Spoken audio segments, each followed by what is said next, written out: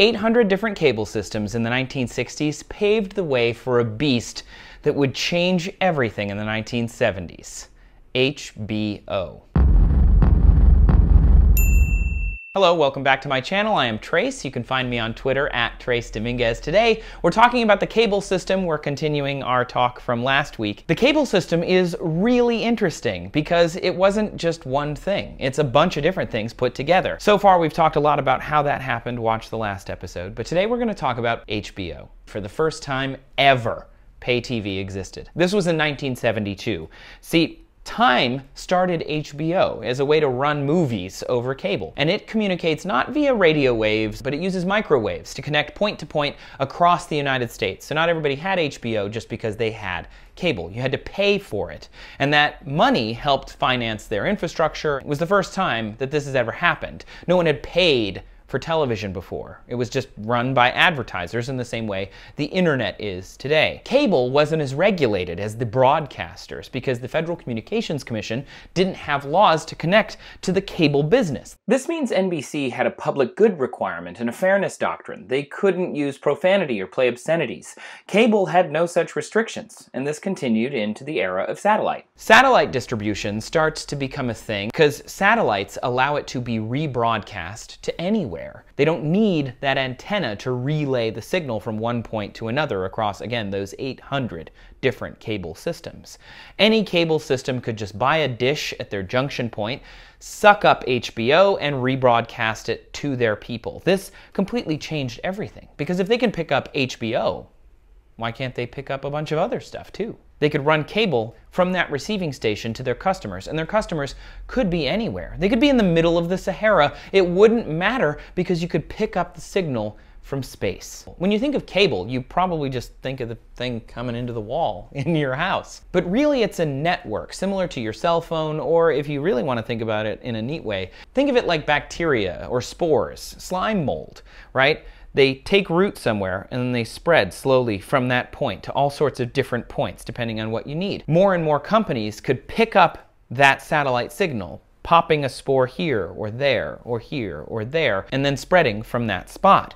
Pay TV kept growing and growing and growing, and different companies started jumping on to that cable signal. ESPN was owned by Getty Oil, which eventually became Texaco, and MTV, when it started in 1981 and killed the radio star, that was started by Warner Amex, which eventually became Viacom. The Playboy channel showed up, making cable super dirty. I mean, HBO was running softcore, as was other channels, but Playboy, wow, that's a whole different kind of dirty for the time. Cable wasn't as regulated as the over-the-air broadcast, so they could show butts and boobs. In 1984, the Cable Act was passed by Congress, which deregulated the cable industry, what little regulation it had already anyway.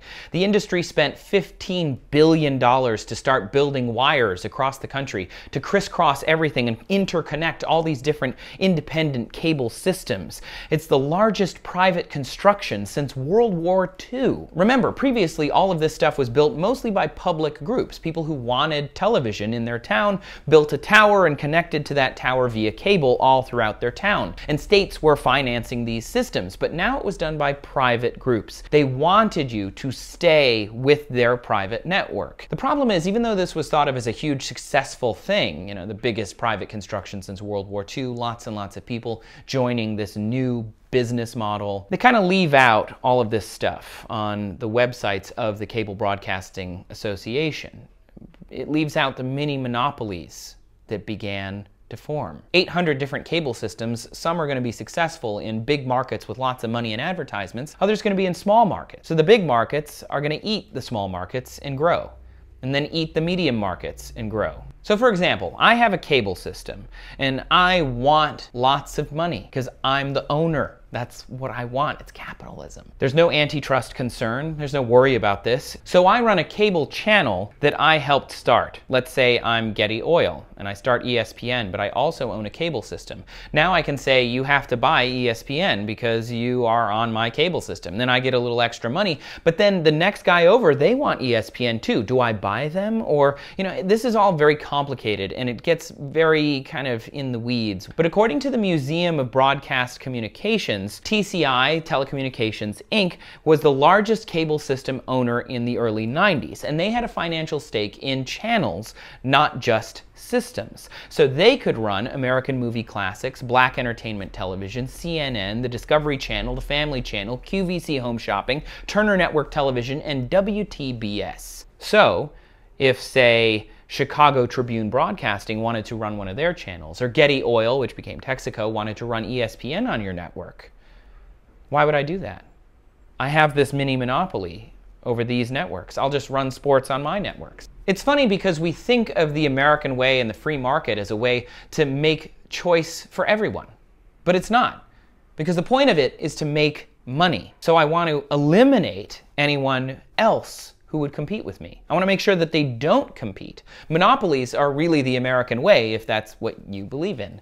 So people are creating this new thing and then they're screwing over other people so that you can make sure that you have all of the money. That's what a business wants to do until bum bum bum, the government comes in. The cross-ownership rules of 1975 come in. These say that you can't own a newspaper, radio, or TV station in the same town. The idea being you could increase the number of voices that one consumer would have to or be able to listen to. The companies hated it because they wanted monopolies. They wanted control. In 1993, the number of people or companies who owned more than half of the viewership in a given region was only 20. That means 20 people or corporations owned more than half of what every American consumed on a daily basis. But that wasn't it. The government wanted to make sure that there was a worldview that was vibrant and different. They understood that the press is a big part of democracy, and we couldn't have one person or company owning everything that, say, Walla Walla, Washington consumed. We should have a newspaper owned by one group and a television station owned by another, not both owned by the same. That way you get a variety of opinions in front of you every day. And then enter the Telecommunications Act of 1996. If you hate Comcast, guess who you can thank? Ding.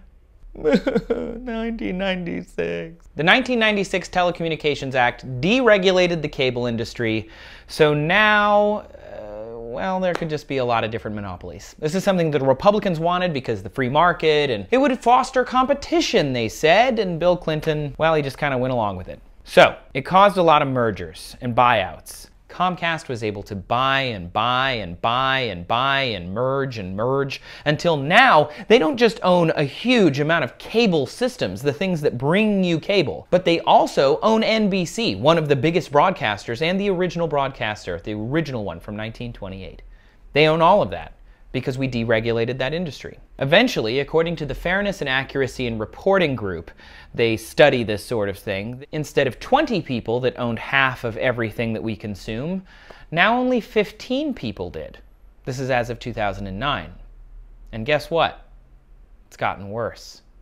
But we're going to talk more about that next episode, so make sure you subscribe so you get that. I'm Trace. If you didn't know that, I don't know how you stuck around this long. Thank you so much for watching. Thank you. I think understanding how we got here works in so many levels. Check out my last series on fake news and make sure you watch the last episode of this. Again, subscribe so you get that, and say hi on Twitter. I'm @TraceDominguez.